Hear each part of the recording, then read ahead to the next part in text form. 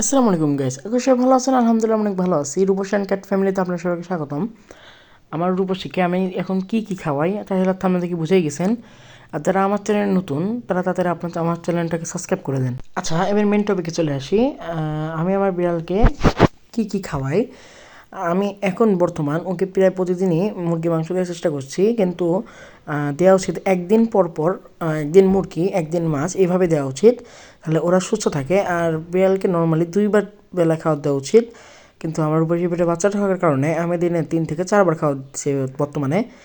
আর প্রতিদিন যে খাবারই দেন ওর সাথে একটু মিষ্টি কুমড়া, একটু মানে যে কোনো সবজি অল্প অল্প করে মিশিয়ে দিলে ওদের পক্ষে ভালো হয়। তাহলে আর মাঝে মাঝে আপনারা মানে মাইটে দিতে পারেন, মুরগির যে লিভারটা আছে যাই হোক, মাইটে দিতে পারেন। মাইটিটা একবার সম্পূর্ণ দেওয়া যাবে না একটা বিড়ালকে, ওই একটা অর্ধেক একবেলা দিতে পারেন, আর একটা অর্ধেক তার পরের দিন দিতে পারবেন। কারণ অতিরিক্ত মাইটি খেলে ওদের শরীরের পক্ষে খারাপ, কোনো কিছুই ওদের জন্য ভালো না। আর আপনি যদি মুরগির মাংস বা মাছ দিতে না পারেন তাহলে আপনি ক্যাট ফুড 70 গ্রাম করে একটা অ্যাডাল্ট বিড়ালের জন্য দিতে পারেন। আর দ্বিতীয়ত, প্রতিদিন মাংস বা প্রতিদিন মাছ দেওয়া ঠিক নাই। একদিন আপনি মাছ দিতে পারেন, একদিন আপনি মুরগির মাংস দিতে পারেন। আর যদি বিড়ালের, যেহেতু আমার বিড়ালের পেটের বাচ্চার বেশি পেটে, তাকে আমি রেগুলারলি মাংস দেওয়ার চেষ্টা করছি, কারণ মাংস প্রোটিন বেশি আর এখন প্রোটিন প্রচুর পরিমাণে দরকার। এজন্য আমি মাংস দেওয়ার চেষ্টা করছি। আপনারা যদি একভাবে মাছ খাওয়ানো উচিত না বিড়ালকে, মাঝে মাঝে মাংস দিবেন। সপ্তাহে এটা আপনি রুটিন করবেন যে একদিন মাংসই দিয়ে খাবেন, একদিন মাছ দিয়ে খাবেন, এভাবে একদিন সবজি, এভাবে একটা নিয়ম করে দিবেন, তাহলে বিড়ালের পক্ষে ভালো। যাই হোক, এই যে আমার রূপসী এখন ঘুমা যাচ্ছে, আরামে শুয়ে আছে দোলনার পাড়ে, ওখান থেকে ঘুমিয়ে যাচ্ছে একদম, দেখেন চুপচাপ একদম আছে। আমি ওকে হালকা হালকা করে দোল দিতেছি,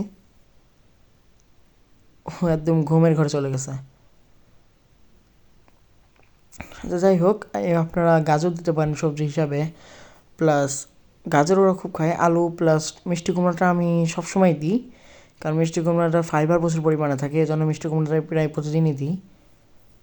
তো যাই হোক, এই পর্যন্ত আমাদের ভিডিও ছিল, আর বলার মতো কিছু নাই।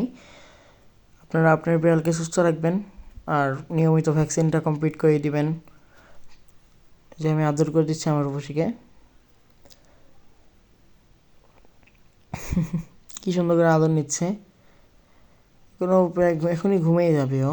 ও কেবলটা খাওয়া দাওয়া করে আসলো ঘরের থেকে। আর আজকে আমি ওকে মুরগি দিছি, মুরগি খেতে দিছি।